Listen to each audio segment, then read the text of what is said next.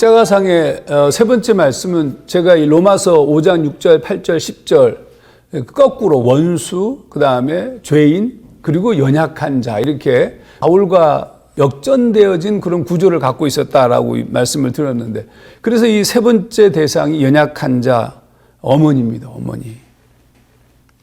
사실 인간적인 고통이 극심하던 순간에 인간 예수 부부는 어머니를 찾고 싶었을지 모르겠어요. 하지만 어머니를 부르지 않습니다. 어머니를 찾지 않습니다. 비록 육신의 어머니지만 예수가 위로받을 존재가 아니라 예수가 위로해야 할 존재였습니다. 그래서 주님께서 마리아 보고 뭐라고 얘기하냐면 어머니라고 부르지 않고 여자여라고 부릅니다. 여자여. 이것은 인간적인 위로 없이 모든 것을 받아들이시는 주님의 완벽한 하나님됨을 드러내는 것이었습니다.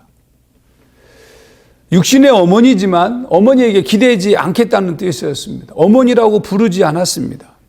그런데 더 놀라운 것은 네 번째 말씀에서 드러나는데, 주님은 어머니를 육신의 어머니만 부르지 않은 것이 아니라 아버지란 이름도 부를 수 없었습니다. 그래서 예수님은 아버지 하나님을 부를 때 나의 하나님, 나의 하나님, 엘리 엘리 라마 사박다니, 이런 표현을 씁니다. 스스로 하나님이시지만 하나님의 위치를 내려놓는 겸비였습니다. 이 세 번째 말씀, 여자여. 근데 예수님께서 이제 죽음에 이르면 그 어머니, 육신의 어머니의 고통을 알고 계셨기 때문에 그 어머니를 그냥 내버려 둘 수가 없었습니다. 그래서 이렇게 얘기합니다. 여자여 보소서 아들이니이다.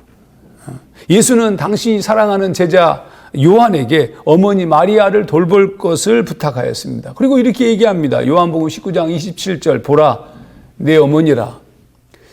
여러분, 그 성경이나 역사를 살짝 살펴보면 이상한 장면이 하나 있는데, 그게 뭐냐면 모든 사도들이 다 일찍 죽습니다.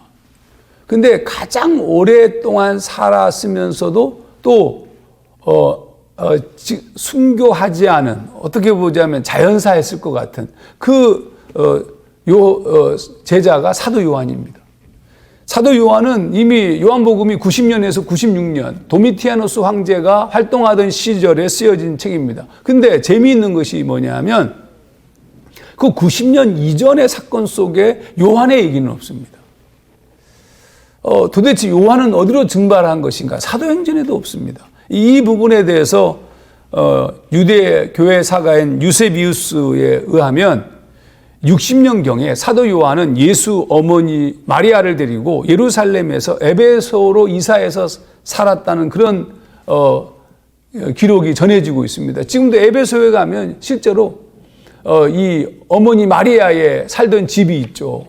이 중요한 부분이 뭐냐면 결국 예수님께서 십자가에 못 박혀 죽으신 후에 요한이 마리아를 데리고 마리아의 죽음에 이를 때까지 함께 모시고 살았기 때문에 구체적인 복음 사역을 할 수 없었다라는 것으로 추측할 수 있는 거죠. 그리고 이제 이 마리아가 죽고 난 다음에 그때부터 비로소 에베소에서 본격적 사역을 하였고, 그 에베소 앞에 있는 담모섬으로 갔던, 거기서 요한계시록을 쓰는 그 놀라운 환상을 보는 이야기가 우리가 성경에서 읽을 수 있는 부분입니다.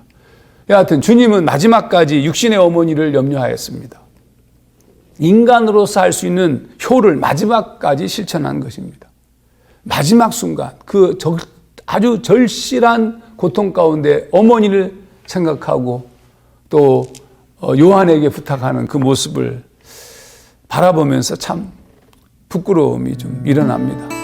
우리도 잊지 말아야 될 부분이 아닌가. 나의 부모를 향한 태도를 소홀히 한 삶을 살았다면 회개하고 다시 돌아서는 시간이 되었으면 좋겠습니다.